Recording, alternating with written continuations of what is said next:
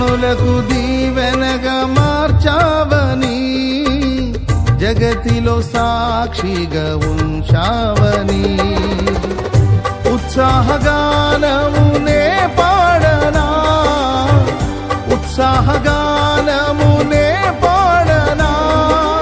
ఏదైనా నీ కొరకు చేసేందుకు ఇచ్చితివి బలమైన నీ శక్తిని.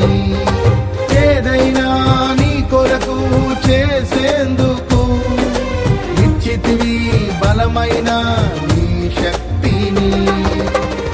ఇది ఏ చాలును నా జీవితాంతము ఇలా నా